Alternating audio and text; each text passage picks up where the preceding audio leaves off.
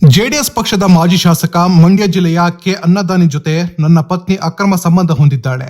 ವಿಚ್ಛೇದನವೂ ಕೊಡದೆ ಕಿರುಕುಳ ಕೊಡ್ತಿದ್ದಾಳೆ. ಇದಕ್ಕೆಲ್ಲ ಮಾಜಿ ಶಾಸಕ ಅನ್ನದಾನಿ ಹಾಗೂ ನನ್ನ ಪತ್ನಿ ಕಾರಣ ಅಂತ ವ್ಯಕ್ತಿಯೊಬ್ಬ ಆರೋಪಿಸಿದ್ದ. ಅಷ್ಟೇ ಅಲ್ಲ, ಅನೇಕ ಜನರ ಮುಂದೆ ಕೇಂದ್ರ ಸಚಿವ, ಮಂಡ್ಯದ ಸಂಸದ ಎಚ್ ಡಿ ಕುಮಾರಸ್ವಾಮಿ ಕಾಲಿಗೆ ಬಿದ್ದು ನ್ಯಾಯ ಕೊಡಿಸಿ ಅಂತ ಕೇಳಿದ್ದ. ಆದ್ರೆ ಈಗ ಆರೋಪ ಹೊತ್ತಿದ ಪತ್ನಿಯೇ ದಿಢೀರ್ ಎಂಟ್ರಿ ಕೊಟ್ಟಿದ್ದಾಳೆ. ನನ್ನ ಮೇಲೆ ಗಂಡನೇ ಅಕ್ರಮ ಸಂಬಂಧ ಆರೋಪ ಮಾಡಿದ್ದು ಗಂಡನ ಕರಾಳ ಮುಖವನ್ನು ಬಿಚ್ಚಿಟ್ಟಿದ್ದಾಳೆ. ನಂಗೂ ಶಾಸಕರಿಗೂ ಯಾವುದೇ ಸಂಬಂಧ ಇಲ್ಲ. ನನ್ನ ಗಂಡ ಸುಮ್ಮನೆ ಆರೋಪ ಮಾಡ್ತಿದ್ದಾನೆ. ಮದುವೆ ಆದ್ಮೇಲೆ ನಂಗೆ ತುಂಬಾ ಕಿರುಕುಳ ಕೊಟ್ಟಿದ್ದಾನೆ.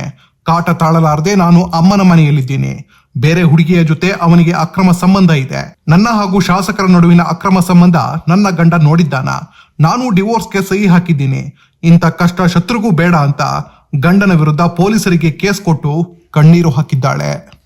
ಎಲ್ಲರೂ ಗೊತ್ತಿರ್ತಾರೆ, ಹಂಗಂದ ತಕ್ಷಣನೇ ಇಟ್ಕೊಬಿಡ್ತಾರ, ಮಾತಾಡ್ತಾರ. ಈಗ ಇಟ್ಕೊಂಡಿದ್ದೀನಿ ಅಂತ ಜೊತೆಗಿರೋದಿದೆಯಾ ಅಲ್ವಾ?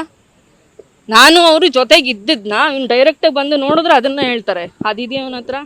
ಈಗ ಕಾಲ್ ಲಿಸ್ಟ್ ಅಂತಾನೆ, ಕಾಲ್ ಲಿಸ್ಟ್ ಹೆಂಗೆ ತೆಗ್ಸಕ್ಕೆ ಸಾಧ್ಯ? ಅದು ಯಾವ ಟೈಮಲ್ಲಿ ತೆಗಿತಾರೆ ನಿಮಗೆ ಗೊತ್ತಿರುತ್ತೆ ಅಲ್ವಾ? ಇವ್ನು ಹೆಂಗೆ ತೆಗ್ದ ಅದೆಲ್ಲ?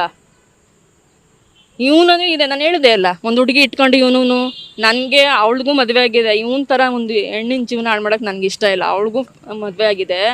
ಅವ್ಳು ತೆಗಿಸಿ, ಅವನದೇ ಡೀಟೇಲ್ಸ್ ತೆಗಿಸಿ, ಅವನೇನೆಲ್ಲ ಹುಡುಗಿ ಜೊತೆ ಮಾಡ್ತಿದ್ದ ಪ್ರತಿಯೊಂದು ಇದೆ.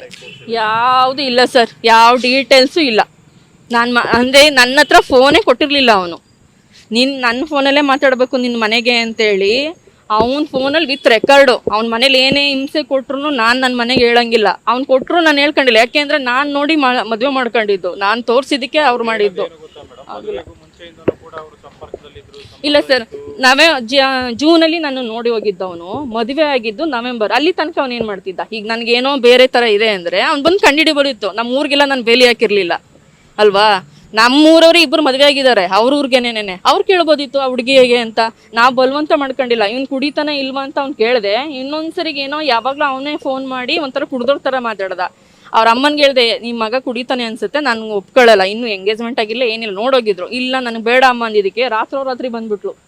ಇಲ್ಲ, ನನ್ನ ಮಗ ಸುಮ್ಮನೆ ಎಲ್ಲೋ ತಮಾಷೆ ಮಾಡಿರ್ಬೇಕು, ಅವ್ನಿಗೆ ಯಾವುದೇ ಚಟಗಳಿಲ್ಲ ಅಂತ. 108 ಚಟಗಳಿದೆ ಅವನಿಗೆ. ಈ ಸೊಪ್ಪು ಥರ ಸಿಗುತ್ತೆ ಗೊತ್ತಾ, ಅದು ನನಗೆ ಗೊತ್ತಿಲ್ಲ ಏನು ಅಂತ. ಅವ್ನ ಪ್ಯಾಂಟ್ ಜೋಬಲ್ಲಿ ಯಾವಾಗಲೂ ಅದಕ್ಕೆ ಏನೋ ಒಂದು ಪೆಟ್ನ ಇಟ್ಕೊಂಡಿದ್ದಾರೆ ಅವ್ರ ಹುಡುಗರು. ಫೋನ್ ಮಾಡೋ ತಕ್ಷಣ ಹೋಗೋನು. 3 ದಿನ 4 ದಿನ ಬರ್ತಿರ್ಲಿಲ್ಲ. ಈ ಜಾಸ್ತಿ ಅವನು ಶ್ರೀರಾಮ್ಪುರದಲ್ಲಿ ಇರೋನು.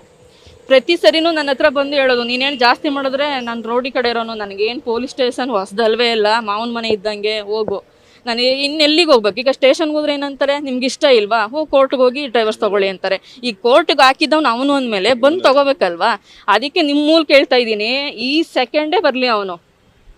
ಈಗ ಕೊಟ್ಟಿಲ್ಲ ಅಂತ ಹೇಳ್ತಿದ್ದಾನಲ್ಲ, ಈ ಸೆಕೆಂಡ್ ಬಂದು ನಿಂತ್ಕೊಳ್ಳಿ. ನಾನು ಪೇಪರು ಸೈನ್ ಮಾಡಿಲ್ಲ ಅಂದರೆ ಕೇಳಿ, ಅವ್ನು ಮದುವೆ ಆಗ್ತಾನಾ ಈಗಲೇ ಆಗಲಿ, ನನಗಿಲ್ಲ. ನಾನು ನೋಡಿರೋನು ಮುಂದೆ ಅವನು ಹೇಳಿದ್ನಲ್ಲ, 10 ವರ್ಷ ಬೇಕಾಗಿರಲಿಲ್ಲ ಒಂದು ಹುಡುಗಿ ಡೈವರ್ಸ್ ಕೊಟ್ಬಿಟ್ಟು ಇನ್ನೊಬ್ಳು ಸಂಸಾರ ಮಾಡೋ ತಾಕತ್ತು ಅವ್ನಿಗಿಲ್ಲ. ಒಂದು ಮಗು ಸಾಕೋ ತಾಕತ್ತಿಲ್ಲ. ಡಿವೋರ್ಸ್ ನಡೀತಾ ಇದೆ. ಇವ್ನು ಬರದೇ ಇರೋದ್ರಿಂದ ಅದು ಹಾಗೇ ಇದೆ. ಇವ್ನು ಬರ್ತಾನೆ ಬರಲ್ಲ, ಅದು ಹೇಳಿಲ್ವಾ, ಮಗು ಬೇಕು ಅಂತ ಬರ್ತಾನೆ.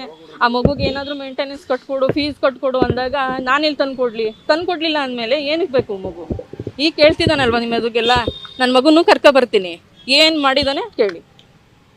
ಏನು ಮಾಡಲಿಲ್ಲ ಅಂದರೆ ಈಗ ಕೋರ್ಟ್ ಪ್ರಕಾರ ಹೋಗೋಣ ಸರ್. ಈಗ ಅವನು, ನಾನು ಹೇಳ್ತಿದ್ದೀನಲ್ಲ ಸರ್, ಅವನು ಫಸ್ಟು ಯೂಟ್ಯೂಬಲ್ಲಿ ಬಂದಾಗ್ಲೂ ನಾನು ಆಚೆ ಬಂದಿಲ್ಲ. ಕಾರಣ ನನ್ನ ಮಗ. ಅವನೇನೆಲ್ಲ ಬಿಟ್ಟು ನಿಂತಿದ್ದಾನೆ. ನನಗೆ ನನ್ನ ಮಗನ ಜವಾಬ್ದಾರಿ ಇದೆ. ನಾಳೆ ನನ್ನ ಮಗನ ಮನ್ಸಿಗೆ ಹಾಳಾಗುತ್ತೆ ಅಥವಾ ಅವನು ಪರಿಣಾಮ ಬೀರುತ್ತಿದ್ರಿಂದ ಅಂತಾಗಿ ಒಳಗಡೆ ಇದ್ನ ಹೊರತು ಇವ್ನಿಗೆ ಎದ್ರಕೊಂಡು ಹೋಗಿಲ್ಲ. ಇವನು ಎಷ್ಟೇ ಮರ್ಯಾದೆ ತಗೋಬೋದು, ಇದರಿಂದ ನನಗೆ ಮರ್ಯಾದೆ ಹೋಗಿಲ್ಲ. ಯಾವತ್ತೂ ಗೊತ್ತಾ ನನಗೆ ಮರ್ಯಾದೆ ಹೋಗೋದು? ನಾನು ಎತ್ತು ಮಗ, ನೀನು ಸರಿಯಿಲ್ಲ ಅಮ್ಮ ಅಂತಾನಲ್ಲ, ಅವತ್ತು ನನಗೆ ಹೇಳಲಿ. ಇವನು ಅಲ್ಲ, ಸಾಕೋಕ್ಕಾಗದೆ ಯೋಗ್ಯತೆ ಇಲ್ದೇ ರೋಡಲ್ಲಿ ಬಿಟ್ಟೋದವನೇ ಹಿಂಗೆ ಆಡ್ತಿರ್ಬೇಕಾದ್ರೆ ಮರ್ಯಾದೆಯಿಂದ ನನ್ನ ಮಗನ ಸಾಕ್ತಾ ಇದ್ದೀನಿ. 13 ವರ್ಷ ಬೆಳೆಸಿದ್ದೀನಿ. ಈಗ 13 ವರ್ಷ ಒಂದು ಮಗುದು ಒಂದು ಸ್ಕೂಲ್ ಫೀಸ್ ಆಗಲಿ ಎಷ್ಟು ಖರ್ಚಿರುತ್ತೆ ಒಂದು ವರ್ಷಕ್ಕೆ ನೋಡ್ಕೊಂಡು ಹೋಗ್ತಿದ್ದೀನಿ. ಅವನು ಒಂದು ಪೆನ್ಸಿಲ್ ಇದಿಲ್ಲ. ಏನಕ್ಕೀಗ ಈ ಥರ ಎಲ್ಲ ತಗೊಂಡು ಏನು ಒಬ್ರು ಇಟ್ಕೊಂಡೇ ಒಬ್ರು ಸಂಸಾರ ಮಾಡ್ತಾರ, ಜೀವನ ಮಾಡ್ತಾರ? ಮರ್ಯಾದೆ ತೆಗಿಬೇಕು ಅಂದ್ರೆ ಈ ಥರ ತೆಗೆದು ಬದುಕಬೇಡಿ. ನಾನು ಯಾರಿಗೂ ಹೇಳ್ತಿದ್ದೀನಿ, ಎಲ್ಲ ಗಂಡು ಮಕ್ಕಳೇ ಆಗಲಿ ಯಾರೇ ಆಗಲಿ, ನಿಮಗೆ ಸಾಕೋ ತಾಕತ್ತಿದ್ರೆ ಮಾತ್ರ ಮದುವೆ ಮಾಡ್ಕೊಳ್ಳಿ. ಹಿಂಗೆ ಕಂಡವ್ರು ಹೆಣ್ಮಕ್ಳು ಸಿಕ್ಕಿದ್ರು ಅಂತ ಬೇಕಾದಾಗ ಯೂಸ್ ಮಾಡ್ಕೊಂಡು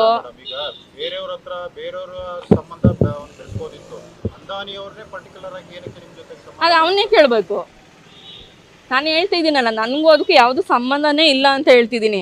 ಈಗ ನಾನು ಹೇಳ್ತಿದ್ದೀನಿ, ಅದು ಯಾವುದೋ ಒಂದು ಹುಡುಗಿ ಇಟ್ಕೊಂಡಿದ್ದ ಅದು ಎಲ್ಲ ತಿಳಿಸ್ಲಿ. ಈಗ ಹೇಳ್ತೀನಲ್ಲ, ಕಾನೂನು ಮೂಲಕನೇ ಹೋಗ್ತೀನಿ ನಾನು. ಅವನ ಥರ ಎಲ್ಲೋ ಕದ್ದು ನಿಂತ್ಕೊಂಡು ವೀಡಿಯೋ ಮಾಡಿಬಿಟ್ಟು ಈಗ ಯೂಟ್ಯೂಬ್ ಮಾಡೋದು 15 ದಿನ ಪತ್ತೆ ಇಲ್ಲ. ಈಗೆಲ್ಲ ಸರಿ ಇದ್ದಿದ್ರೆ ಎದುರುಗಡೆ ಬರ್ಬೋದಿತ್ತಲ್ವ? ಬಂದೇ ಇಲ್ಲ ಅವನು, 15 ದಿನ ಕಾಣಿಸಿಲ್ಲ. ಅವನು ಎಲ್ಲೋಗಿದ್ದ? ಈಗ ನಾನು ಕರೆಕ್ಟ್ ಇದ್ದೀನಿ ಅಂದಮೇಲೆ ವೀಡಿಯೋ ಮಾಡಿಬಿಟ್ಟ ಯೂಟ್ಯೂಬಲ್ಲೆಲ್ಲ ಅವನದೇನೆ. ನಾನು ಬಂದಿನಿ, ಮತ್ತೆ ಕೋರ್ಟ್ಗೆ ಸ್ಟೇಷನ್ಗೆಲ್ಲ ಹೋಗಿದ್ದೀವಿ. 15 ದಿನ ಎಲ್ಲ ಉತ್ಕೊಂಡಿದ್ದ ಅಲ್ವಾ? ಸತ್ಯ ಇದ್ರೆ ಆಚೆ ಬರಬೇಕಿತ್ತು, ಯಾಕೆ ಬರಲಿಲ್ಲ ಅವನು? ಮತ್ತೆ ಈಗ ಬಂದಿದ್ದಾನೆ, ಈಗ ಕೋರ್ಟ್ ಹತ್ರ ಹೋಗ್ಬೇಕು. ಈಗ ನಿಮ್ಮ ಹತ್ರನೇ ನೀವು ಡೈವರ್ಸ್ ಕೊಡಿಸಿ ಅಂದ್ರೆ ನನಗೆ ಕೊಡ್ಸಿರಾ ನೀವು? ನಾನು ಎಲ್ಲಿ ಹೋಗ್ಬೇಕು? ಎಲ್ಲಿ ಹೋಗ್ಬೇಕು? ಅಲ್ಲಿ ಹೋದ್ರೆ ತಾನೇ ನಂಗೆ ಡೈವರ್ಸ್ ಸಿಗೋದು. ನಿಮ್ಮ ಹತ್ರ ಬಂದು ಸಿಗುತ್ತಾ? ಅವನೇನಕ್ಕೆ ಬಂದ? ಈಗ ನಿಮ್ಮ ಹತ್ರನೇ ಬಂದಿದ್ದಾನೆ, ನಿಮ್ಮ ಮುಂದೆನೇ ನಾನು ಕೊಡ್ತೀನಿ. ಅದು ಯಾವ ಪೇಪರ್ ತೊಗೊಬರ್ಲಿ ನಾನು ಸೈನ್ ಮಾಡಿಕೊಡ್ತೀನಿ. ಮತ್ತೆ ಹೇಳಿದ್ನಲ್ಲ, ಅವಳು ಯಾವ ಮದುವೆ ಆಯ್ತಾನೋ ಆಗಲಿ, ನಂದು ಯಾವುದೂ ಇಲ್ಲ. ಒಟ್ಟು ನನ್ನ ಮರ್ಯಾದೆ ಕಳೆದಿದ್ದಾನೆ. ಇವತ್ತು ನಾನು ನನ್ನ ಮಗನಿಗೋಸ್ಕರ ಇಷ್ಟು ದಿನ ನಾನು ಒಳಗಡೆನೇ ಇದ್ದೆ, ನಾನು ಆಚೆ ಬಂದಿಲ್ಲ. ಈಗ ಬಂದಿದ್ದಾಗಿದೆ, ನಾನು ಕಾನೂನು ಮೂಲಕ ಹೋರಾಡ್ತೀನಿ. ಬೇರೆ ಥರ ಬಾಗಿಲಿಂದನೋ ಅಥವಾ ಬೇರೆ ಅವ್ನು ಮಾಡ್ತಾನಲ್ಲ, ಎಲ್ಲೋ ಕದ್ದಿ ಮುಚ್ಚಿ ಹೋಗೋದು ಅದು ಮಾಡಲ್ಲ. ಏನು ಕಾನೂನು ಪ್ರಕಾರ, ಕಾನೂನಿಗಿಂತ ದೊಡ್ಡವ್ರು ಯಾರು ಇಲ್ಲ ಅಲ್ಲ. ಕಾನೂನು ಮೂಲಕನೇ ನಾನು ಇದು ಮುಂದುವರಿತೀನಿ. ನಾನು ಇದು ಬಿಡಲ್ಲ ನಾನು. ಯಾಕೆಂದರೆ ನನ್ನ ಮಾನ ಪ್ರಶ್ನೆ ಇದು. ನಾಳೆ ನನ್ನ ಮಗನಿಗೆ ಬರಲ್ವಾ? ಆಗಲ್ವಾ ಹೇಳಿ?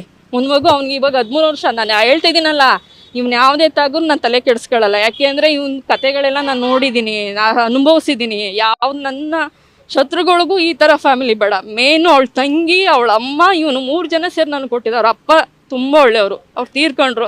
ಅವ್ರು ಇರೋ ತನಕ ಅಷ್ಟೇ. ನನಗೆ ಪ್ರೆಗ್ನೆಂಟು ಸರ್, 3 ತಿಂಗಳು ಪ್ರೆಗ್ನೆಂಟು. ಊಟ ಕೊಟ್ಟಿಲ್ಲ ನನಗೆ. ನನ್ನ ಗಡ್ಡೆ ತಿನ್ಕೊಂಡ್ರು ಅಂತೇಳಿ ಟ್ಯಾಂಕ್ ನೀರು ಬರುತ್ತೆ ಗೊತ್ತಾ ವಾಶ್ರೂಮ್ಗೆ, ನೀರು ಅದನ್ನ ಇಟ್ಕೊಂಡು ಕುಡ್ದಿದ್ದೀನಿ ನಾನು. ಎಷ್ಟು ದಿನ ಹಸ್ಕೊಂಡಿರೋಕ್ಕಾಗುತ್ತೆ? ನಮ್ಮಪ್ಪ ರೈತನೇ. ನಾವು ಒಂದಿನ ಊಟ ಇಲ್ಲದೆ ನಾವಿಲ್ಲ. ನಮ್ಮಪ್ಪ ನಮ್ಮ ಮನೇಲಿ ರಾಣಿ ಥರನೇ ಸಾಕಿರೋದು. ಊಟ ಕೊಡ್ದೇನೆ ನನ್ನನ್ನು ಅಷ್ಟನ್ನು ಅಳಿಸೋದು. ಇವನು ಕೇಳಿದ್ರೆ ನನಗೆ ಹೊರಗಡೆದೇ ಟೆನ್ಷನ್ ಇರುತ್ತೆ. ನೀನು ಹೆಂಗಾದ್ರೂ ಮಾಡ್ಕೊ, ಅವಳು ಮಗಳ ಮನೆ ಎದುರುಗಡೆ ಹೋಗಿ ಮಾಡ್ಕೊತೀನ, ನಾನು ಇಲ್ಲಿ ಹೋಗ್ಬೇಕು? ನನಗೆ ಅಕ್ಕಪಕ್ಕ ಅಪ್ಪ ಅಮ್ಮ ಇದ್ದಾರ ಕೊಡೋಕ್ಕೆ? ಬಸ್ರಿ ಸರ್, ಮಗು ಹೊಟ್ಟೆಲಿರೋ ಮಗು ಅವನದಲ್ವಾ? ಬರೀ ನೀರು ಕುಡ್ಕೊಂಡಿದ್ದೀನಿ. ಕೊನೆಗೆ ಯಾರೋ ಅವ್ರು ಇಲ್ದಿರೋ ಟೈಮಲ್ಲಿ ರೋಡಲ್ಲಿ ಯಾರೋ ಹೋಗೋರ ಹತ್ರ ಫೋನ್ ಇಸ್ಕೊಂಡು ನಮ್ಮ ಮನೆಗೆ ಫೋನ್ ಮಾಡಿ, ನೀವು ಬಂದಿಲ್ಲ, ನೀನು ಒಂದಿನ ನಾನು ಸತ್ತೋಗ್ತೀನಿ ಅಂತ ಹೇಳ್ದೆ. ಆಗ ನಮ್ಮಪ್ಪ ಪಾಪ ಅವ್ರು ಪೊಲೀಸ್ ಒಳ್ಳೆಯವರಲ್ಲ.